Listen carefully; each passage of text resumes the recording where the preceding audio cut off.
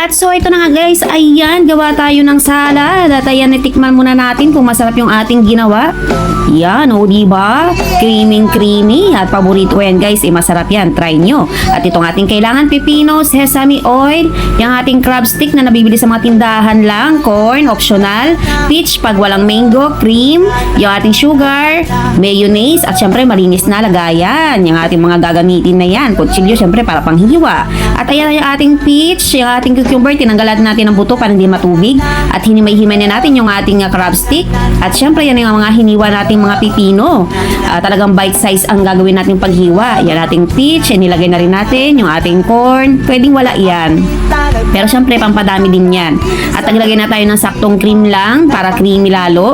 At syempre ang dapat mas marami yung mayonnaise. Ayan, talaga yan yung nagbibigay ng sobrang sarap dyan, yung mayonnaise. O diba? At pagkatapos nyan susunod na natin yung ating sesame oil. Sakto lang guys para yung lasa niya mag-blend lang dyan. May kakaibang lasa kasi yan. Syempre yung sugar, ilagay na rin natin yan, yung saktong asukal lang. At imekos-mekos na natin muna yan. Titingnan natin. Tansyameter yung ating ginawa guys. Syempre kapag gusto mo ng mas creamy, ikaw na magdagdag kung ano ang naaayon sa iyong panlasa.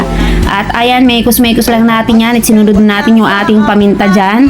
O diba, at ayan, nakakita mo yung creamy na talaga siya. Inilagay na natin yung ating pang-garnish dyan na peach sa ibabaw. Bukod sa sinama natin yung mga peach kanina. At syempre, continuous yung ating tikiman time. Yan, masarap talaga to guys. Isa to sa mga paborito kong salad. Kaya i-try mo na rin.